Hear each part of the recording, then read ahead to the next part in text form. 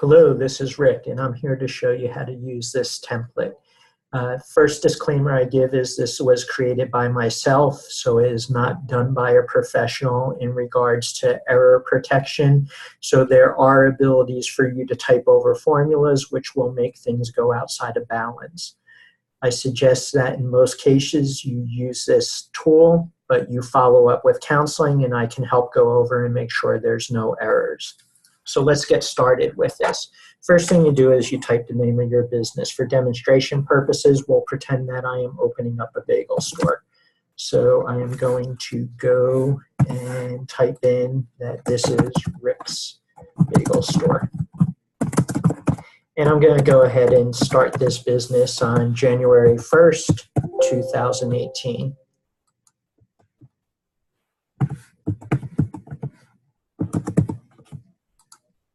Okay, so we start out with, if you look at the tabs on the bottom, most of your data entry will be entered in the orange tabs. And we're going to start over here with the assets. And this is where we establish what it's going to cost us to start up the business. We start out with the checking account, and I want you to imagine day one of operations when you're just about ready to make your first sale, or maybe a month before your first sale. How much would you like to have in your checking account for working capital? I'm going to put $5,000 as a placeholder here. Accounts receivable, because this is a startup, I'm not going to have an accounts receivable balance. I'm going to put this as 0. If I was an existing business, this is where I would enter what is my current accounts receivable balance. Inventory, again, as a startup, imagine my first order of flour to fill up my soda case and my sandwich meats and things like that. I'm going to put $6,000 right here. Real estate, I'm going to lease out a place, so we're going to put that at 0. Leasehold improvements, I'm going to have to do a lot of plumbing and electrical. And sorry, I forgot to say this earlier, there's little plus signs here where you can expand this out and do the details. So this is where I could put my plumbing, my electrical, my walls, flooring, lighting, etc. But right now I'm going to just put a placeholder value of about $35,000. Furnitures and fixtures, this would be my tables, my chairs, my countertops and such. And I'm going to put in about $15,000 right here. My equipment, so again, I can expand this out and say my oven, my mixer, my kettle, my refrigeration. I happen to know this is about $65,000. Prepaid expenses, this would be things like paying for rent ahead of time, a couple months rent, a couple months of insurance. I'm going to just put $5,000 as a placeholder here. It's a good place to put a contingency if you think you want a little cushion for things you don't know about. Deposits, this could be a rent deposit, security deposits of any sort. These are things that you expect to be refunded. And I'm going to go ahead and put in $3,000 there. Intangible assets, this is where you would put intellectual property if you do any branding or something like that. Another thing you would put here is if you're buying an existing business, you would put the goodwill or the blue sky, some people call it. And you enter that here. And then if you look up here, there's the total. So I have a $134,000 budget to start up my particular bagel store. I move to the next tab, which is the liabilities and equity tab. And this is where I would enter, well, how do I plan to finance this business? Again, because this is a startup, I don't have any accounts payable. I don't have any credit lines yet. But actually for this particular purpose, I'm going to say I'm going to use $5,000 of my credit card to get this going. And then I plan on getting a loan. So let's just say that I'm going to get a $95,000 loan to start this business. I expect that loan to be at 7.5% interest, and I'd like to pay for that loan in 5 years. And That gives me, just so you know, that goes to a loan amortization calculator, and that tells me right there that my loan payments would be $1,900 a month if I were to get approved on those terms. Then going back to here, you see this in the red here. It's my little check, it says $34,000. I need this to go out to zero. So to get this business off the ground, I got $95,000 in a loan. I got $5,000 in credit cards. I need to get an additional $34,000 of money into this business. And in my particular case, I am going to invest that into the business. Okay, this turns green. That means we're in balance.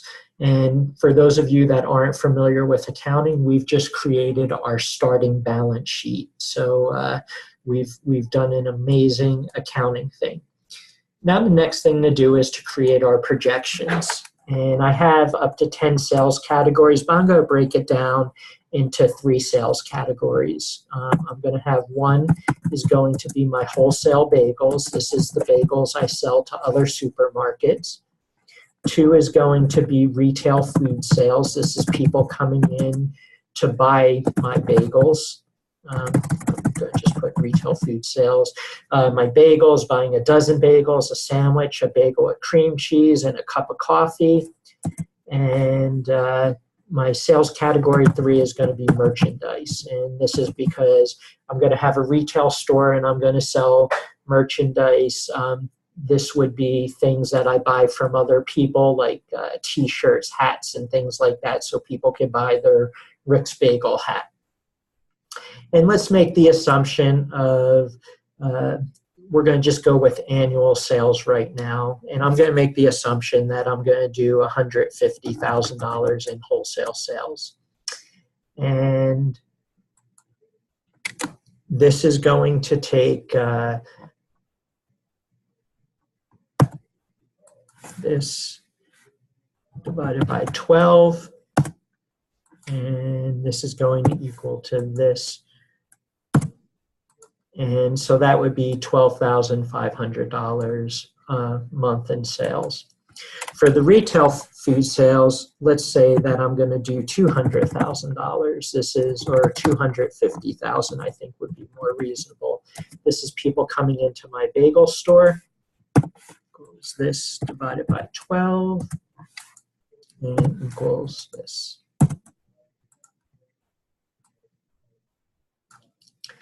And I have $250,000. Now, if you notice down here, I have these little things here. So in other way, I could have figured this out if I didn't know what my monthly sales would be. So let's just say I sell my bagels wholesale for $4 a dozen. And I expect that I'm going to get about 300 dozen in a month is what I would be selling. So I could do, or I'm sorry, 3,000 dozen in a month. And I could do that right there. And what I could do is I can go ahead and change this rather than taking this divided by 12. I could do this and say this is equal to this times this. And then that would give me the $12,000 right there as well. So, but I'm going to go back and do it this way and just divide out by 12. Again, there's more than one way to get to the same place. So this is equal to this divided by 12. And there we go. And then the merchandise, I'm not going to sell that much merchandise. I'm going to just say about $1,000 a month. Oops. And that's 12,000. And that's equal to this divided by 12. And equal to this. Okay, we've filled out our sales right there. Next thing to do is figure out our cost of sales. So our cost of sales wholesale.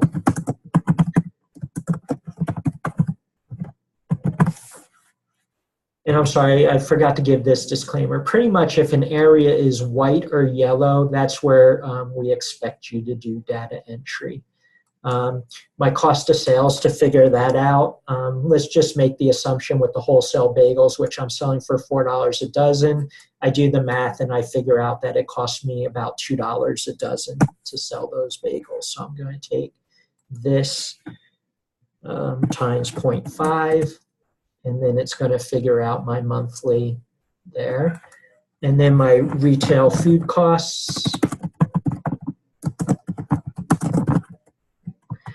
Because I manufacture my own bagels, I'm going to say that this is going to be about 25% of that.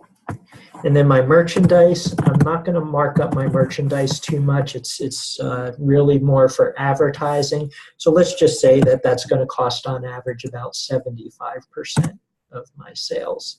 So I've just figured out my revenue projections and my cost of sales. And then I have some typical operating expenses in here. Advertising, marketing, I'm going to spend about $1,000 a month. Dues and subscriptions and licenses, it costs about $1,000 a year for that. My insurance, I know that's going to be on average about $2,400 a year. I talked to my insurance guy. My labor, this is where I could build a schedule, and I actually have a little schedule template here where I could fill this out. And let's just say I'm going to pay my clerks,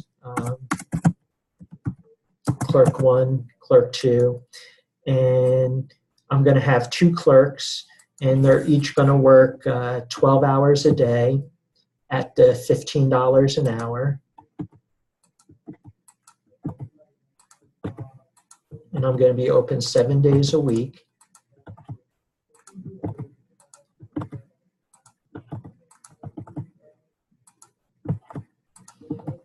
And in here, you can actually put, this is from 7 a.m. to 7 p.m. or something like that. That's up to you. And then I'm going to have my baker. And my baker is going to work 8 hours a day.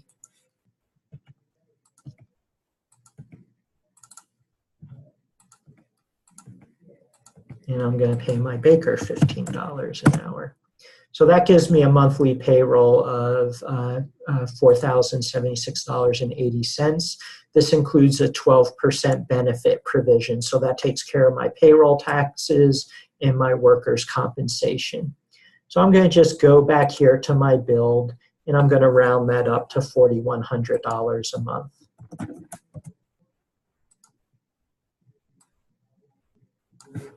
Which would come out to $49,200 a year.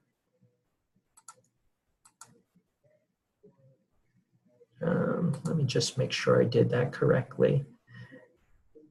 And I'm sorry, I did that wrong. So it's equal to this plus this.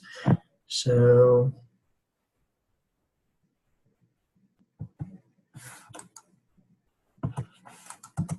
it's $16,300 a month. And that looks a little bit more reasonable. Having owned a bagel store, I knew that $4,100 was a little too low.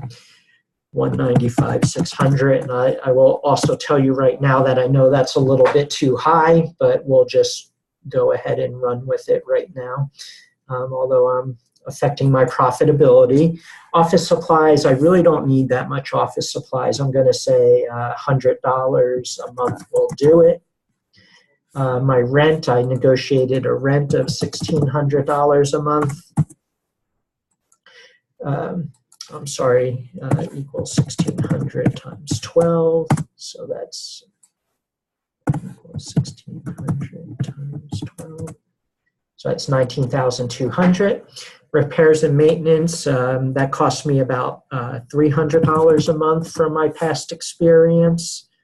So I'm going to put in 3,600 there. My telephone, it's about $150 a month in the age of smartphones.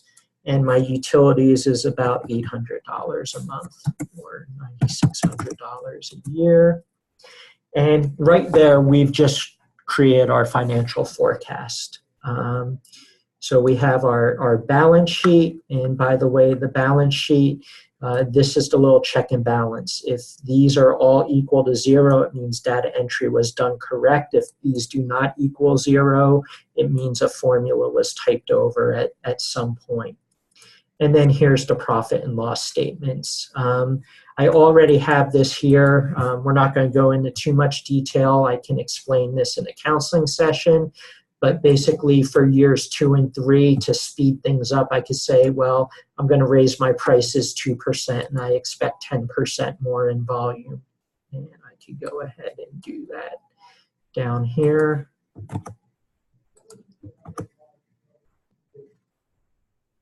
And do the same thing here. And then here's my profit and loss statements for 3 years. So remember I said my payroll was too high. I would never have $195,000 payroll if my sales were only $412,000. I would expect my sales to be a little bit higher for that payroll level. But in any case, moving up to here, I get profitability, and that's how this template works. This actually gives you a monthly cash flow and shows you different ways to do things. I am going to stop with this video right here, and I can show you some advanced options of how to do this in future videos. One other thing I do want to show before I close this up is the assumptions tab. What I think is the most important part of submitting a good business plan is explaining to the person you're presenting the plan how you came up with the assumptions.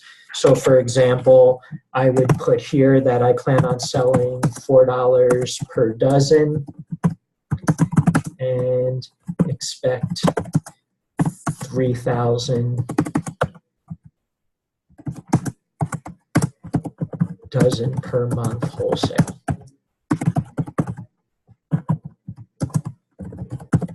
And I might even take that a step further and say that that $3,000 a month is about 100 dozen a day, and I have 30 accounts, and each of those accounts is going to get about 3 to 4 dozen a day. So that's how you come up with very accurate projections. So if you have any questions, give me a call. I do suggest that the big things you look at is your profit and loss wrap up and your balance sheet wrap up. Until the next meeting, take good care.